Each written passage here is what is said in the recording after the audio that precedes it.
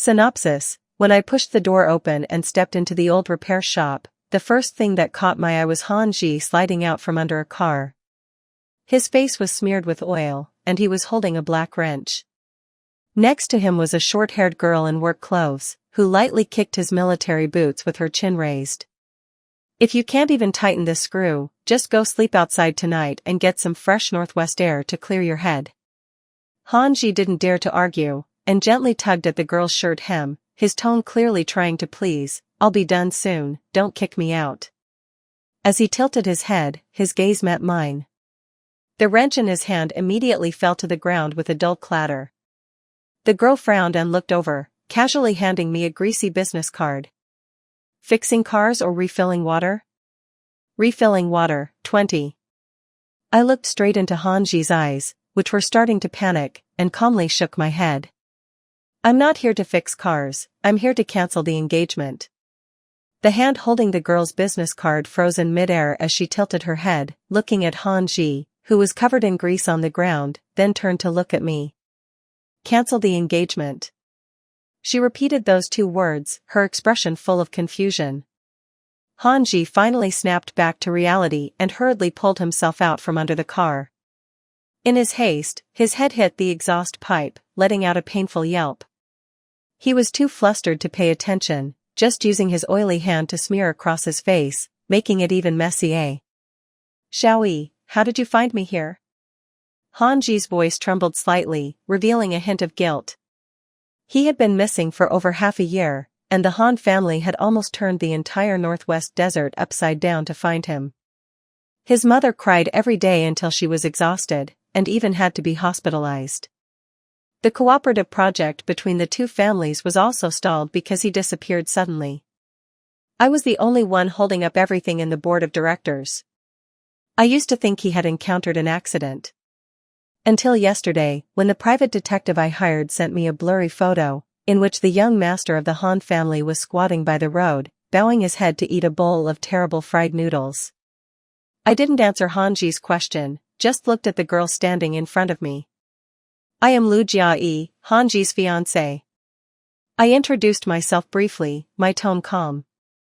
He had been missing for half a year, and his family thought he was dead, almost going through the process of canceling his household registration. The girl's gaze shifted from confusion to clarity. She took back the business card and casually wiped the grease on it onto her pants. "Huayan," she cheerfully introduced herself and pointed towards Hanji.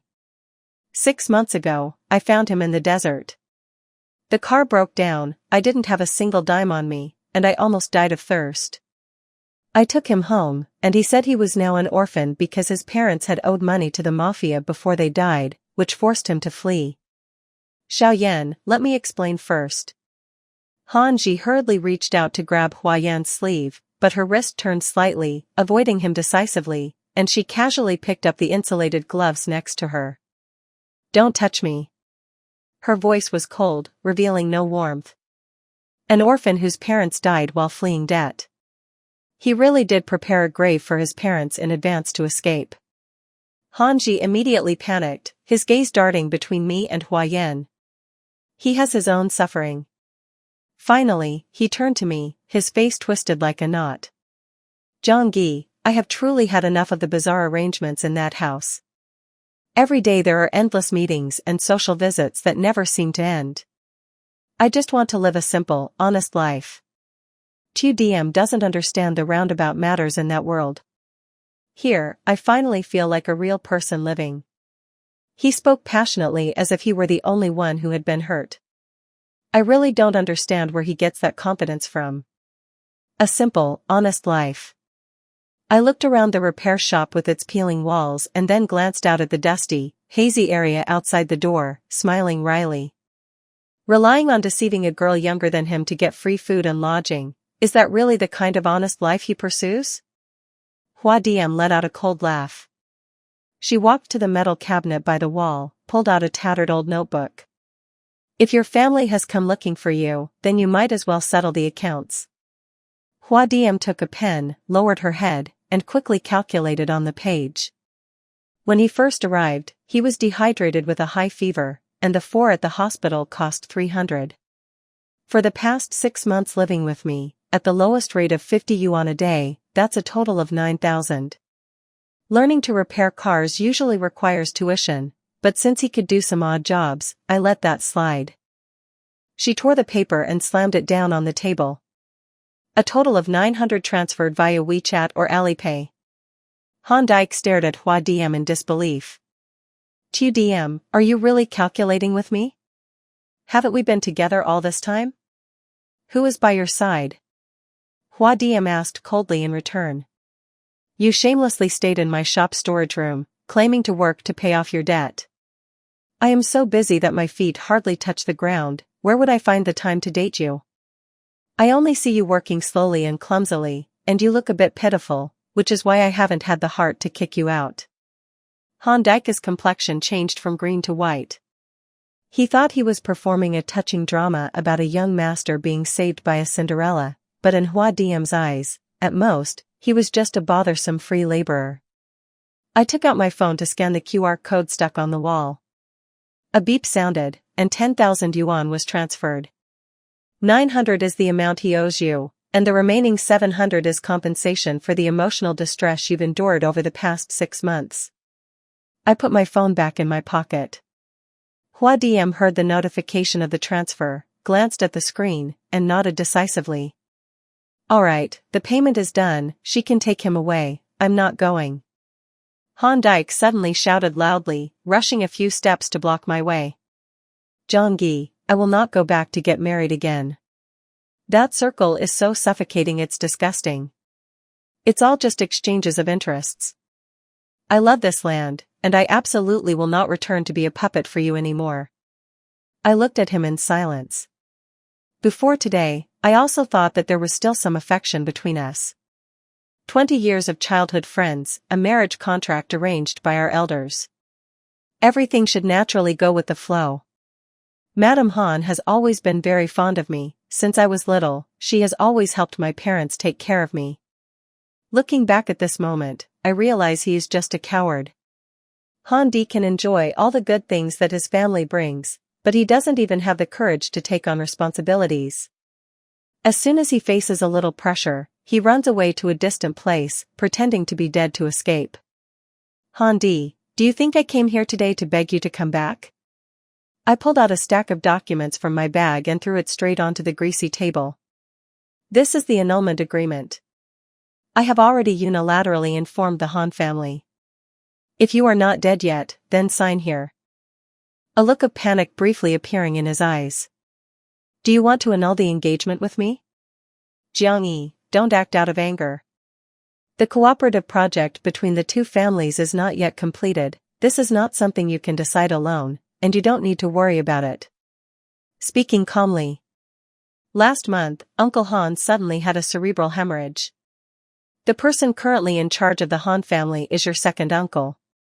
He is very willing to sit down and renegotiate with me about the profit distribution.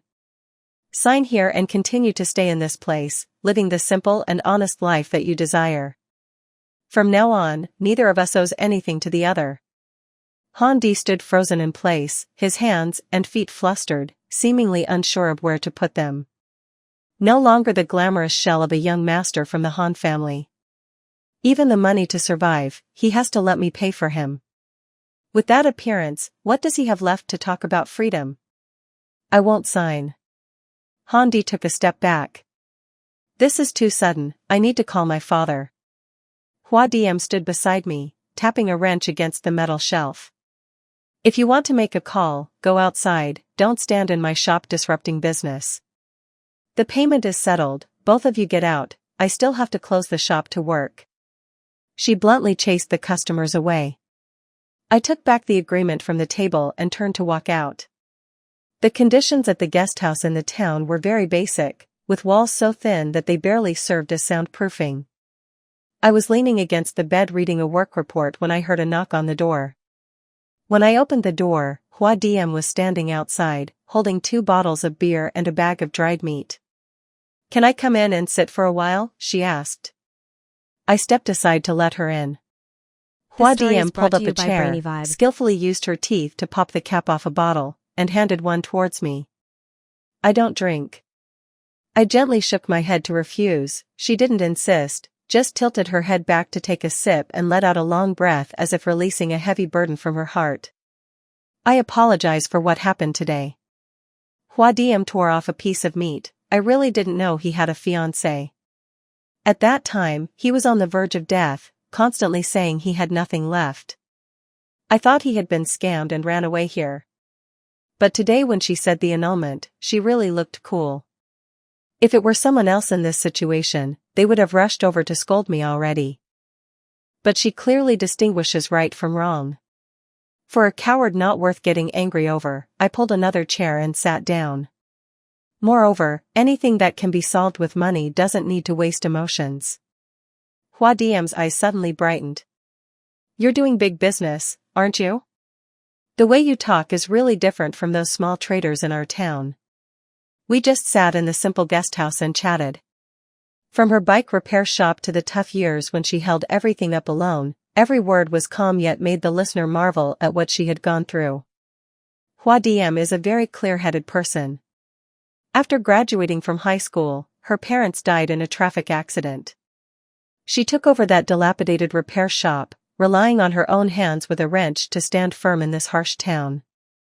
In the city, people call me the Beijing princess, the powerful young lady of the Luke family, but when sitting with Hua Diem, I am purely Luke Jiagi. All previous relationships were based on interests, but Hua Diem's generous way of speaking really makes one let their guard down.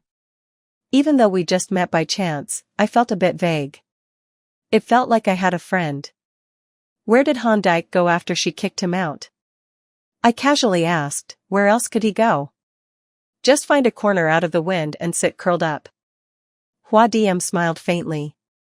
His phone had long been lost in the desert. He doesn't even have an ID, and his pockets are cleaner than his face. I guess he's borrowing someone's phone to call home for help now. Sure enough, she guessed right. The next morning, as soon as I stepped out of the guest house, I saw Han Dike squatting next to the car with dark circles under his eyes. As soon as he saw me, he immediately stood up, but because his legs were numb, he stumbled and fell back down. Jiagi, take me back with you. His voice was hoarse, the bit of nobility and righteous demeanor from yesterday had completely vanished. I looked down at him from above. Didn't you want to stay here to breathe the air of freedom? Han Dike's face was extremely ugly, gritting his teeth and unable to speak. The phone call last night with the Han family probably made him understand his current situation. His second uncle must have completely taken control of the company, while he, the missing heir for half a year, has become so useless that he can't handle anything and has become a discarded pawn. Once there is no wealthy family behind him to support him, even a cold wind from the northwest can blow away the love and ideals he still considers noble. Get in the car. I opened the car door, my tone indifferent. It's on the way, I'll wait for you for a bit. Han Dike looked as if he had been pardoned, hurriedly opened the door and climbed into the back seat. When the car started, Hua Diem was standing in front of the repair shop, holding a can of oil. She waved at me, not bothering to glance at Han Dike the whole time. I honked once as a reply, then stepped on the gas and drove away, leaving that desolate town behind. On the way back, Han Dike tried several times to muster the courage to speak. Jiagi, what happened yesterday was my impulsiveness. Ha Dike. I looked straight ahead, my voice still calm and indifferent. The annulment agreement I sent to the Han family for him to get in the car now was just out of respect for Auntie. Don't force me to throw him out in the middle of the road. As the car left the town, I glanced in the rearview mirror and just happened to see Hua Diem bending down to crawl under the car. Her movements were decisive and quick, as if she had been accustomed to it for a long time. Han Dike curled up in the back seat, perhaps because he had been tormented by the cold wind all night. He kept sniffing. Zhongyi, drive a little slower, I feel dizzy. I couldn't be bothered to reply. Instead, I stepped on the gas harder. This Vietnamese car from SOC Village was fierce on the bumpy dirt road. Handi's head hit the window hard, making a dull thud. Did you do it on purpose? I calmly admitted, having no intention of being polite with this kind of person. During the time he disappeared without a trace, the business deals were stalled, and even many shareholders from both sides pressured me. On the outside, I appeared calm, but only I knew how many sleepless nights I had spent feeling helpless. Handi was so angry that his face twisted, but in the current situation, he didn't dare to truly turn against me. He secretly observed my expression through the rearview mirror and cautiously probed. Jiang-yi, did your uncle's side say anything? Do you want to know why? Yes. Then wait until we get back and ask yourself. I interrupted the conversation. Handi swallowed his anger, only able to sit in the back seat, holding in his frustration without daring to erupt. 3 hours later, the car entered the nearest provincial city. I found a hotel to stop at and booked 2 rooms. Handi followed me into the lobby. When he saw me swipe the payment card, his expression became even more unpleasant. Jiang-yi, you don't have money right now, just pay for me first, and I'll pay you back later. No need, I handed him the room card. I can spare this amount, do you really have to talk to me in that tone? Handi suddenly raised his voice, his eyes clearly showing his unwillingness. After so many years of feelings between us, are you really going to let this little matter come between us? Little matter? I stopped, turned around, and looked straight at him. You disappeared for over half a year, your aunt got so worried that she developed heart disease and had to be hospitalized, receiving 3 critical notifications. Your uncle suddenly had a brain hemorrhage and is still half paralyzed. The collaboration project between the 2 families was completely stalled, and the compensation for breach of contract almost brought the Han family down. And you still call this a little matter? Handi slightly parted his lips, his gaze evasive, not daring to look directly at me. You also have your own hardships, but your hardship is just that you couldn't bear the pressure and ran to the northwest to find a naive girl to take care of you. I coldly interrupted him. Handi, do you know how Suyen looks at you? He was taken aback. She said you work slowly, and since you look pitiful, it's like taking care of a stray dog. It's ridiculous, I think her description is quite accurate. Handi's face immediately darkened. I was no longer interested in looking at that expression, I just turned around and walked into the elevator. The next morning, we continued on our way. Perhaps Handi had figured something out, so he was strangely silent throughout the long journey. Occasionally, he would look at me with that complicated gaze. But I wasn't free to guess what he was thinking. 3 days later, the car entered the capital. Han Dike looked at the overpasses and familiar office buildings outside the car window, suddenly speaking up. Zhangyi, I know I was wrong, I didn't respond. When we get home, you will explain clearly to your father that this is your fault, and it won't involve me. Oh, I'm serious, he leaned slightly forward from the back seat. These past few days, I've thought a lot, there has always been feelings between us, it's just that for a moment, I was confused, Han Dike. I looked at him through the rearview mirror. Do you remember what you said 7 years ago when you proposed to me for the first time? He paused, momentarily speechless. You said, Luke Jiagi, the 2 of us are tightly bound together, in this life we can definitely support both families. You said I'm not the kind of person who only knows how to spend your money but someone who can stand by your side and share the burden. I paused for a moment, my voice still steady. At that time I was really a bit touched. The expression on Han Dike's face gradually became stiff. But today I finally understand, what you were looking for was not someone to stand by your side, but someone who could bear everything for you. You don't have that. I drove into the garage of the Han family's villa and turned off the engine. Get out of the car. We're here. Han Dike sat in the back seat, not moving at all, his face extremely unpleasant. Zhangyi, let's talk a little more, there's nothing left to say. I opened the car door, my tone indifferent. The annulment agreement has already been handled by my lawyer. Whether you sign or not is no longer important. The Han family is now run by your second uncle, if you sign, he might even be happy. I got out of the car and casually tossed the keys to the butler who was rushing over. Miss Luke, aren't you going to sit inside for a while? The butler asked. No need. I glanced at Han Dike still sitting in the car. I brought the person back, the rest you all handle yourselves. After saying that, I turned and walked to another car that was waiting nearby. On the way back to the company, my assistant called, "President Luke, your second uncle from the Han family has scheduled a meeting with you at 3 p.m. tomorrow to discuss the new contract." "Got it, there's one more thing." Assistant Tran hesitated for a moment before continuing. "The Han family is spreading rumors that you are taking advantage of the chaos to force Han Dike to annul the engagement in order to swallow the family's project." I chuckled coldly, letting them talk. "Tomorrow we sign the contract and he still isn't satisfied. The subsidiary of your second uncle Han Dike must have made enough money by now.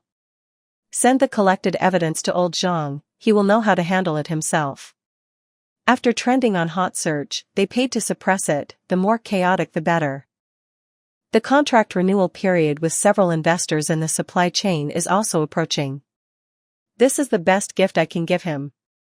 Hanging up the phone, I looked out the car window, feeling not a single ripple in my heart. The situation of the Han family was destined to reach this point the moment Han Dike went missing. I just didn't expect him to be that cowardly. 3 days later, just after I finished a meeting at the company, my assistant suddenly knocked and entered. "President Luke, someone wants to see you." "Who?" She said her name is Hua Diem. I was taken aback for a moment. Hua Diem was standing in the living room, holding an old toolbox covered in grease, still wearing that familiar greasy worker's outfit. Seeing me walk in, she smiled and said, "I didn't expect it, did you?" "I ended up coming here." "How did you get here?" She placed the toolbox on the coffee table. "My pickup took 5 days to arrive." Looking at her, I couldn't help but chuckle softly. "What do you need me for?" Rummaged through the toolbox and pulled out a thick envelope, handing it to me. This was the 700 yuan from that day. Thinking it over, I realized I shouldn't accept this money. I looked at the thick envelope in her hand, not rushing to take it. "Why shouldn't you accept it?" "Because the one who deceived me was him. If I were to claim for emotional damages, I should demand it from him, not take it from you." Hua Diem shoved the envelope into my hand, her tone straightforward as if it were the most natural thing. "Just take it, I don't like keeping this convenience for myself." The envelope was very thick, clearly containing more than just 700 yuan. Noticing the doubt in my eyes, Hua Diem scratched her head and said, "There's another 10,000 in there. I've thought it through, that 900 was due to my own poor judgment, getting deceived was my own fault. That money I will accept myself, you don't need to pay it back, which means you drove that pickup for 5 days just to return this 17,000 yuan to me." "That's right." I looked at her, suddenly feeling a strange emotion rise within me. Having been in this endless cycle for too long, I had grown accustomed to the calculations, familiar with one facade while another lay behind it. Someone like Hua Diem, I truly hadn't encountered in a long time. "Hua Diem," I pushed the envelope back in front of her, "keep this money, consider it a consultation fee I owe you." "Consultation about what?" "Consultation on how you managed to run an entire repair shop by yourself." Hua Diem blinked at me and suddenly burst into laughter. "Luke Zhongyi, you are quite interesting." "You too." We looked at each other, not understanding why we both laughed. That evening, I took Hua Diem to a private restaurant. Sitting in the private room, she looked at the exquisitely arranged dishes on the table and clicked her tongue in admiration, saying these dishes looked like displays, wondering if they would be enough to fill her up. "You should give it a try." Hua Diem picked up a piece and put it in her mouth, her eyes instantly lighting up. "No kidding, this is really delicious." "Of course, it has to be delicious. She comes from the Northwest." The dishes today were all personally arranged by me, considering the tastes. Having a friend like Hua Diem for the first time made me appreciate it much more. We ate and chatted. From her repair shop to my company, from that jerk Han Dike to the odd people each side had encountered. The stories flowed one after another, and it was never boring. Hua Diem took a few sips of wine, and her words became more relaxed. She shared everything. "Tugi, let me tell you. After you left that day, that guy came back looking for me. He said he had been abandoned by his family, that he had nowhere to go now, and asked me to take him in, saying he was willing to stay with me to open a shop. How did she respond? I told him to get lost. Hua Diem burst out laughing. I may not be very clever, but I'm not foolish enough to fall into the same hole twice. I couldn't help but laugh along. What happened next? Then he argued with me, of course. Hua Diem shook her head, her tone full of sarcasm. He said I underestimated him and called me his only bright moon. Because of me, even his family no longer wanted him. Yet I was so heartless. At that moment, I found it really funny, so I said to him, Hondai Jia, wake up. Have you ever done anything for me? From beginning to end, you only think of yourself. That serves him right. Hua Diem took a sip of wine and continued slowly. What I hate the most is people like that. Clearly, the problem lies within themselves, yet they always like to blame others, as if the whole world owes them something. I looked at Hua Diem, and a very clear feeling suddenly arose in my heart. Perhaps she understands the ways of the world better than I do. I have seen enough selfishness cleverly disguised, only to forget the simplest principle in the end. As a person, one must ultimately take responsibility for oneself. Hua Diem stayed in the capital for 3 days. I took her around everywhere, even to the mall to buy her a few outfits. At first, she adamantly refused to accept, but when she realized she couldn't decline anymore, she told me to just pick the cheapest items. I had to fix my bike when I got back, so wearing expensive clothes wouldn't suit me anyway. In the end, she carried 2 discounted work jackets, feeling very satisfied. Before leaving, she seemed to remember something and reached into her pocket to take out her phone. Let's be friends on WeChat, we can add each other. She looked at my profile picture, and the corners of her mouth immediately curled up. This profile picture of hers really resembled her personality, cold and unapproachable. Her picture was even colder, just a single wrench. That's my bowl of rice. Hua Diem stuffed her phone into her pocket, her tone very matter-of-fact. Alright, I'm off. If you ever come to the Northwest, remember to look for me. I'll give you free drinks. Okay. I stood watching her climb into the old pickup truck, start the engine, and drive away, quickly disappearing from sight. This time, I didn't know when we would meet again. The assistant standing next to me quietly asked, Mr. Luke, who is she? A friend. The assistant blinked slightly, understanding and not asking further. Not long after Hua Diem left, the Han family started their tricks again. I don't know what got into Han Dike, but he dared to publicly say in an interview that our broken engagement was because I was greedy for wealth and looked down on him. Luke Jiagi is the type of person who only sees benefits. We grew up together, with a written engagement sealed by both families. Yet when I fell into hard times, she only wished she could stay as far away as possible.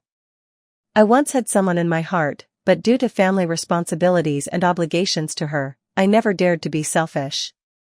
I once had someone in my heart, but due to family responsibilities and obligations to her, I never dared to be selfish.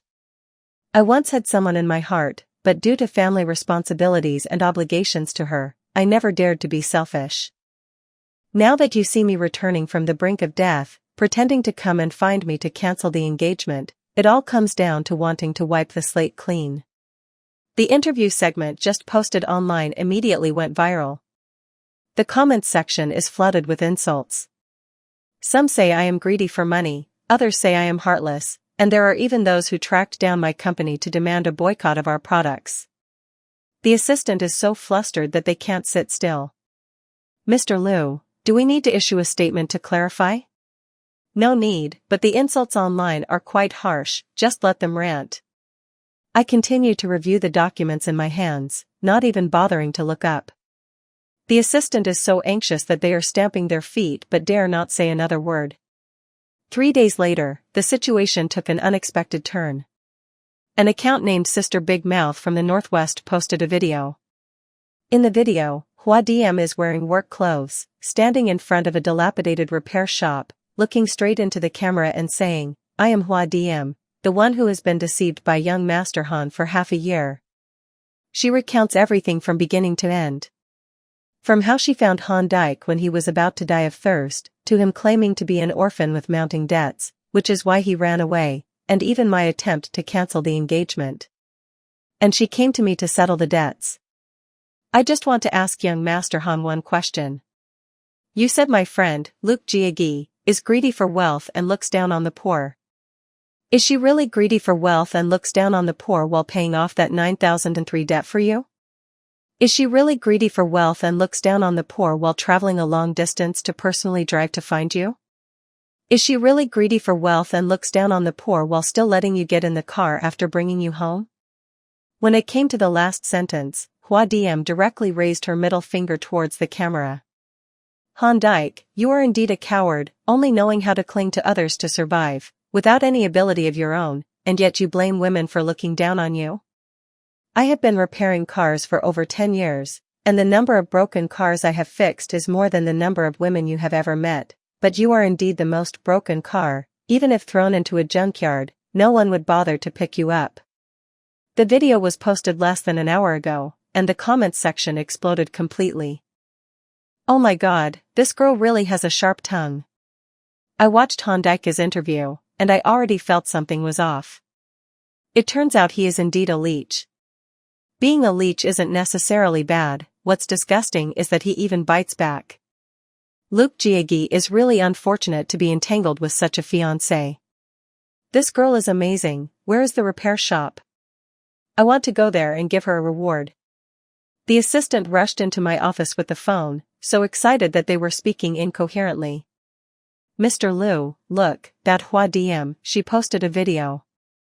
I took the phone, watched the entire video, and couldn't help but laugh. Hua Diem is indeed someone I sent a message to on WEAT. I have watched the video. She replied almost immediately. How is it? Is she a true sister in spirit? Very much so. Of course. Although we have only known each other for a short time, I, Hua Diem, never judge my friendships based on the length of time, only on how one treats others. Reading that message warmed my heart a little. When will you come back to the capital? I invite you to dinner, just wait until I have some free time. These days, the shop is so busy it's crazy, it's all just customers checking in after watching videos. I'm so busy I feel like I'm spinning in circles. The shop has to hire more staff. I burst out laughing. As for Han Dyke, he was completely silent. He must not have expected that a girl working at the repair shop in Heo Hood Town could have such a big influence. What he didn't expect even more was that Uncle Tu from the Han family took this opportunity to decisively push him out of the company, leaving no way back. A person who is pointed out by netizens as a parasite, causing the stock to plummet, is not worthy of being the heir of the Han family. That was the exact wording of Uncle Tu from the board meeting. Han Dyke was furious but couldn't do anything. He left not long after, but it was enough for his subordinates to turn against him. Without anyone supporting him, he started frantically calling and texting me. Tugi, I know I was wrong, please give me another chance. Tugi, after 20 years of our relationship, can you really be so heartless? Tugi, was the video of Hua Diem because you told her to? Why do you have to ruin me? Tugi, my mom often mentions you, she misses you a lot. I looked at those messages. From start to finish, there was only one answer. Not long after, he switched to a different style, starting to act pitiful to complain. Zhongyi, I have nothing left now. My dad doesn't want to see me, my mom cries every day. Uncle Tu has also kicked me out of the company, I only have you left. I directly added him to my blacklist. A week later, I met Han Dyke downstairs at the company. He looked visibly emaciated, with a scruffy chin, and his whole demeanor exuded a sense of dishevelment and decline. Zhongyi, he stepped forward to block my way. Let's talk, just for 5 minutes. He stared at me, his tone stubborn. If you don't agree, I will just stand here forever. I coldly glanced at him and finally nodded. In the cafe next to the company, we sat facing each other. Han Dyke looked at me, his gaze heavy and complex. Jiagi, I never knew you could be so heartless, I'm no different. I replied calmly. He admitted that running away from the engagement was his fault, but it was because the pressure on him was too great. Do you know how different my dad is from me? Do you know how suffocating that circle can be? I just wanted to breathe a little, just wanted to escape outside for a moment. So what? Han Dyke was momentarily speechless. Han Dyke, I put down the coffee cup, my voice wasn't loud but each word was clear. Do you know why I had to break off the engagement? He looked at me, silent and unresponsive. It's not because you broke the engagement, nor just because you're cowardly, but because you're not worthy. Han Dyke's expression immediately changed. You are not worthy of being my fiancé, not worthy of being the heir of the Han family. I stood up. He said he was under too much pressure, just wanted to breathe a little. But don't forget how hard your parents worked to build their career. How many thousands of employees does the company have, Lu Jiagi? I haven't had a single day off all year, and Hua Diem, why did you lie to her? Why let her support you for half a year? Why did you let her pay your bills? I enjoy the sacrifices of others, yet deep down I always feel like I am the one who suffers the most. You ran to the Northwest, claiming to pursue a genuine life, but in the end, you just wanted to find a place to escape. When you could no longer hide, you returned, wanting me to clean up the mess for you. You know I can manage on my own, so you casually left the chaos behind and chased after your ideals. I picked up my bag and looked straight at him. Han Dyke, you don't just want to breathe a little, you just want to find someone to live in your place. But unfortunately, there is no one in this world who can live in your place. After saying that, I turned and left. Han Dyke remained seated behind me, not moving at all. A month later, Hua Diem came to the capital again. This time she wasn't alone, there was a tall, skinny guy with her. This is my new apprentice, named Ta Dyke Fong.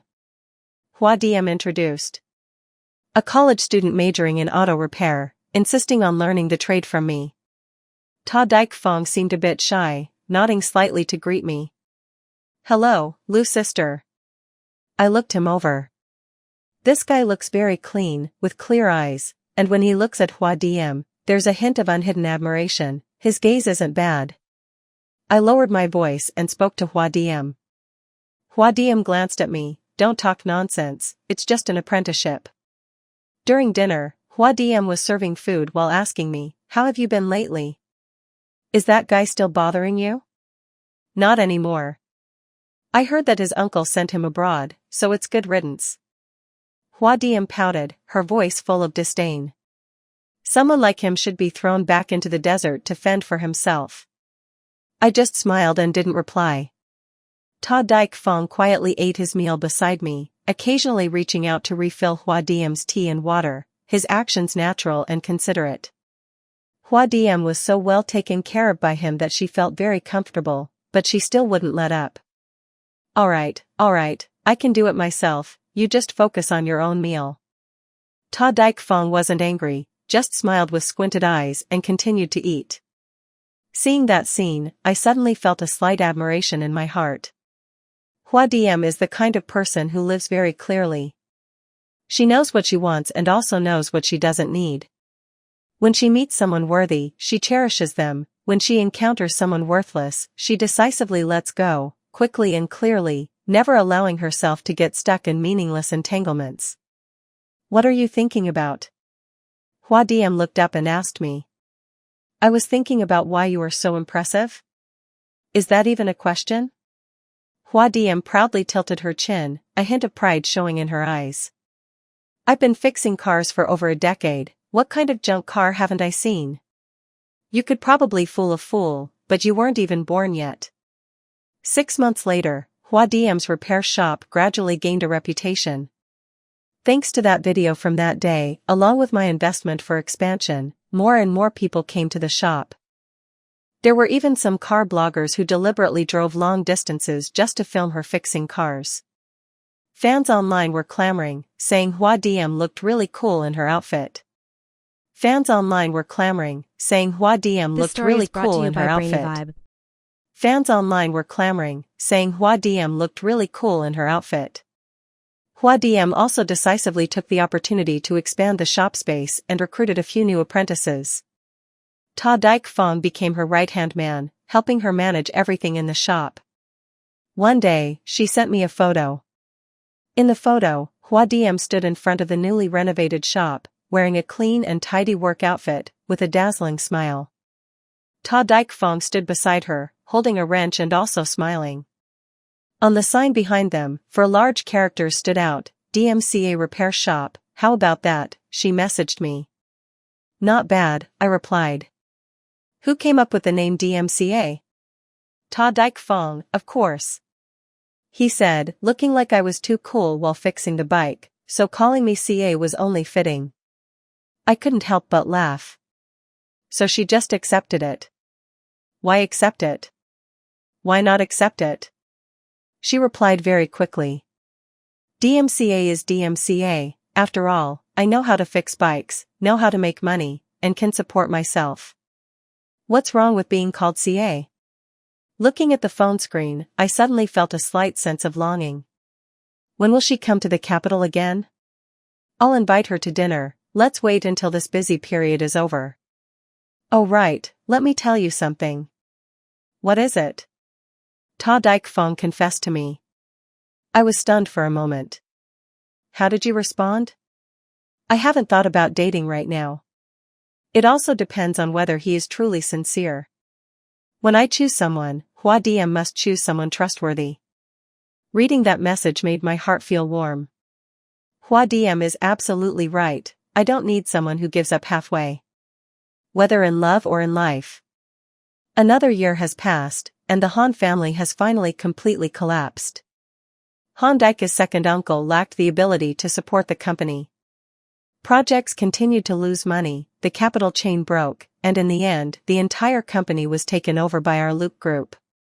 I personally signed that acquisition contract. On the day of the signing, Han Dike unexpectedly appeared at the meeting room door. He looked much thinner than before, and his hair had also grayed quite a bit. I heard he secretly returned from abroad to demand money from his second uncle, but ended up being kicked out. Zhongyi, he looked at me, his gaze heavy and complicated.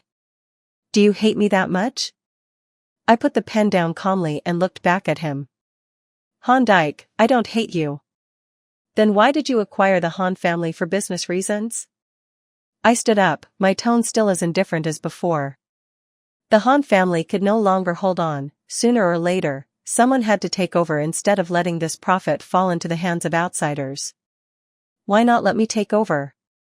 This purchase number is what I thought of Madame Han while writing. Han Dike slightly parted his lips as if he wanted to say something, but in the end, he still couldn't utter a word. Looking at his haggard appearance now, a feeling of indescribable emotion suddenly surged within me. 2 years ago, he was still the charming young master of the Han family, who ran away to the northwest to escape a marriage, thinking he could live a genuine life as he wished. And now, he stood before me, no different from a lost dog. Han Dike, I stepped in front of him, do you know where you went wrong? Han Dike looked at me, his lips moved slightly, but in the end, he still said nothing. You were wrong in always thinking that the whole world should revolve around you. You thought that after escaping the marriage, your family would still be there waiting for you to return. You thought that when you were down on your luck, Hua Diem would definitely welcome you back with open arms. You thought that after returning, I would also forgive you. But this world has never stopped for you. You ran away, and the position that originally belonged to you will be taken by someone else. You left, and naturally, someone else will take your place. Once you let go, there are some things that can never be picked up again. Han Dike's eyes gradually turned red. Zhongyi, I don't hate you, but I also can't forgive you. I walked past him, stepping towards the door. Take care of yourself. Behind me, Han Dike's voice suddenly rang out, hoarse and low. Hua Diem, is she doing well? I stopped, turned my head to look at him. She is doing very well. Han Dike lowered his head, ultimately saying nothing more. I turned and left. That night, I received a message from Hua Diem. I heard you bought the Han family house? The news travels fast. Of course. She sent a smug emoji. How is it? Did you see the excitement? It's okay, it's okay. Is that all your reaction? I laughed, picked up the phone to call her. As soon as the call connected, I heard Hua Diem's familiar voice on the other end. Oh wow, the great CEO Luke is calling me personally? It's really rare. Hua Diem said, thank you. There was silence on the other end for 2 seconds, then Hua Diem burst out laughing. Thank you for what? What is our relationship now? Do we still have to be polite to each other? I leaned against the window, watching the twinkling night lights outside, my lips unconsciously curling up. Hua Diem, wait for me to finish this round of work, I will come over to your place for a few days. Sure. A warm welcome. She replied very quickly, then added another sentence. But just to let you know, if you come, you have to help me fix the car. I don't know how to fix it, then learn. I can teach her. After hanging up the phone, I still stood still by the window, looking at the night spread out outside, suddenly recalling the scene of the first time I met Hua Diem. She stood in that old repair shop, holding a wrench, looking both tough and decisive, casually kicking Hondaika's military boots. At that time, I thought we were just two strangers from completely different worlds, never expecting that in the end, the person who could really become my friend would be her. A week later, I drove to the northwest myself. Hua Diem's repair shop looked even bigger than in the photos. In front of the door, several cars were parked waiting for repairs. She was still wearing her familiar work outfit, her hands covered in grease, lying under a Vietnamese off-road vehicle. Ta Dike Fong stood beside her handing over tools, and as soon as he saw me, he laughed and called out, Luke Tai, you're here. Hua Diem slid out from under the car, and as soon as she saw me, she smiled. You made it here? I made it here. She pushed herself up, casually wiped the grease on her hands onto her work clothes, and waved at me, come on, I'll show you my new shop. I followed her, stepping into the repair shop filled with the strong smell of engine oil. The walls were lined with various tools, tires were neatly stacked on the ground, and the air was tinged with the smell of gasoline and metal. Everything looked rough but strangely real. How is it? Hua Diem turned to ask me. Very good. Is that all you can say? I have to say it's extremely wonderful. She burst out laughing and gently patted my shoulder. Luke Zhongyi, do you know? From the first time I met you, I knew you were the same kind of person as me. What kind of person? A clear-headed person. She looked at her shop, her eyes clearly showing pride. Knowing what you want, and also knowing what you don't need. I looked at her, the corners of my lips slightly curling up. You are absolutely right. That night, we sat drinking in a small restaurant in town. Hua Diem drank a bit too much, pulling my hand and talking non-stop. Zhongyi, let me tell you, the thing I'm most proud of in my life is kicking that guy out, taking a little revenge for you. Do you know? Later he even came to find me, saying he regretted it and wanted to start over with me. I immediately grabbed the door hinge and kicked him out. I couldn't help but laugh. Aren't you afraid he'll come back and cause trouble? What is there to be afraid of? Hua Diem's cheeks were flushed as she slammed her hand down on the table. I live my life with dignity, what can he do to me? Ta Dike Fong sat beside me and whispered, DMCA, you've had enough to drink. Hua Diem shot him a glare, I'm still very sober. After saying that, she turned to look at me again. Zhongyi, let me tell you something. If you ever have any trouble, just come find me. Whoever dares to bully you, I'll take a wrench and smash his head. I felt an unusual warmth in my heart. I raised my glass of wine. All right. Let's decide on that, let's decide on that. The two glasses clinked together, producing a clear sound. Outside the window, the northwestern wind continued to howl as usual, but in that moment, I felt warmer than ever. Later on, Hua Diem really became my closest sister. We often video call each other. She tells me interesting little stories from the repair shop, while I share with her the twists and turns of business dealings. She laughs at how hard I work. I laugh at how she lives so simply, but no one really cares. Sometimes she would drive her old, beat-up car all the way to Beijing just to have a meal with me. When I wasn't busy, I would also take a trip to the northwest to sit with her on the desert from morning till evening. The sunset slowly descended, and the northwestern wind in the distance continued to blow. No matter how far I go in the future, there will always be someone holding a wrench with a bright smile, waiting for me there. That is more than enough. Thank you for taking the time to listen to today's story.